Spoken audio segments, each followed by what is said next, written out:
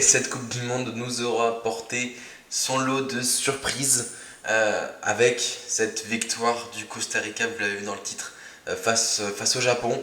Euh, et pourtant les Japonais ont quand même plutôt dominé l'ensemble de ce match.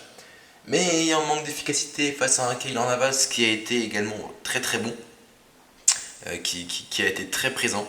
Et bien, voilà. C'est donc le Costa Rica qui s'impose sur son seul tir cadré du match, un petit but à zéro. On va revenir donc largement en détail sur ce match. Déjà, avant tout, abonnez-vous, likez, partagez la vidéo si elle vous a plu. On est presque à 400 abonnés sur cette chaîne YouTube. Voilà, merci pour ça. Ça fait 4 mois que j'ai commencé. On espère aller peut-être, on espère d'aller à 500 avant la fin de l'année. Ce serait juste incroyable pour moi et ça me donnerait beaucoup de soutien. Voilà, merci d'avance à ceux qui le feront, ça me touche beaucoup. Voilà, donc on va partir sur ce match. Tout simplement, avec déjà peut-être un chiffre, 13 tirs pour les Japonais, 4 seulement pour le Costa Rica, avec 3 tirs cadrés pour les Japonais. Qu'est-ce qu'il a manqué aux Japonais? De l'efficacité devant le but, tout simplement. On avait fait tourner largement la composition japonaise, avec Soma, Ueda et Dohan qui entouraient Kamada pour ce qui est de l'attaque, au lieu de Kubo, Ito et Asano pour ce qui était contre l'Allemagne. Et ça a été un petit peu compliqué. L'entrée, les Japonais ont tout de suite mis du rythme, ont essayé de mettre du rythme. Derrière, pendant une grande partie, euh, les Japonais géraient tout simplement, hein, je crois presque 60% de possession pour les Japonais dans ce match. Donc vraiment, les Japonais ont tenté de maîtriser. Mais il y a déjà un événement qui aurait pu faire basculer le match. Comme vous le voyez là, à la 74e minute, dans la surface, je crois que ça vient d'un coup franc. Oui, puisque les Costa Ricains n'ont pas eu de corner dans ce match, hein, pour vous dire quel point ils étaient dominés. Et on peut le voir clairement, le tirage de Mayo, j'arrive pas à voir qui c'est.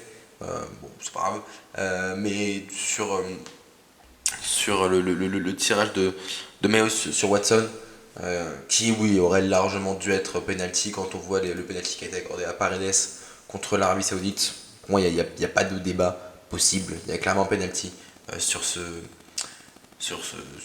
action. Voilà. Et les arbitres français qui étaient à la VAR, bon, sont pas revenus dessus. Ça m'a quand même assez étonné pour le coup.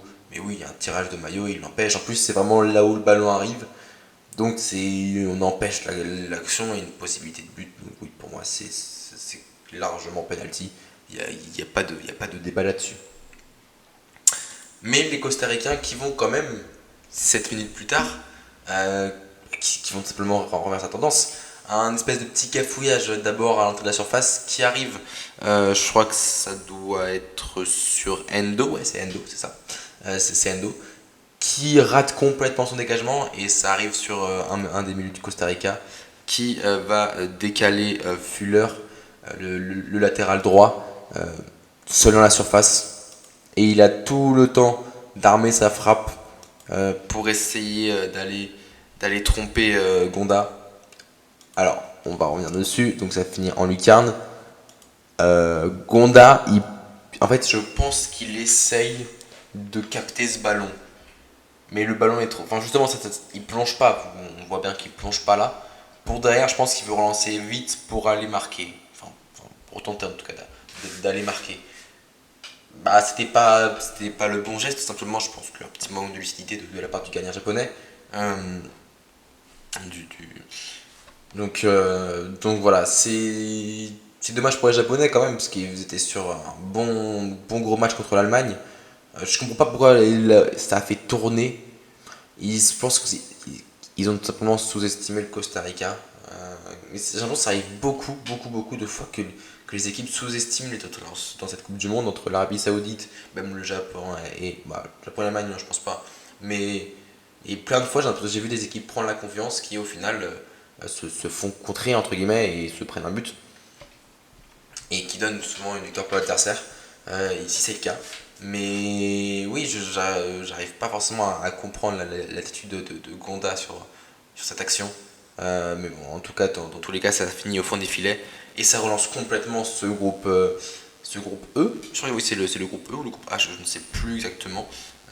C'est le groupe E, voilà, c'est ça, c'était juste pour être sûr.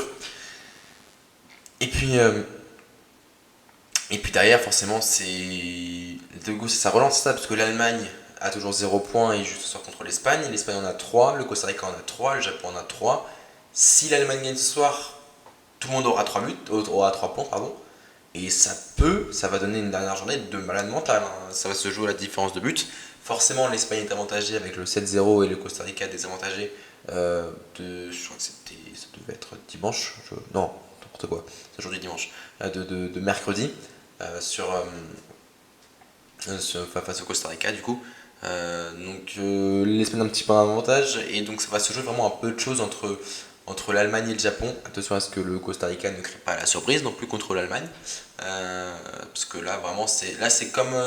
C'est un petit peu pour les Allemands, c'est un petit peu comme en 2018 face à la Corée du Sud. Là, si le Costa Rica gagne, attention, ça va chauffer pour Hansi Flick. Mais bon, voilà. Écoutez, c'était tout pour ce débrief. Comme je vous l'ai dit en début de vidéo, n'hésitez pas à vous abonner à cette chaîne YouTube.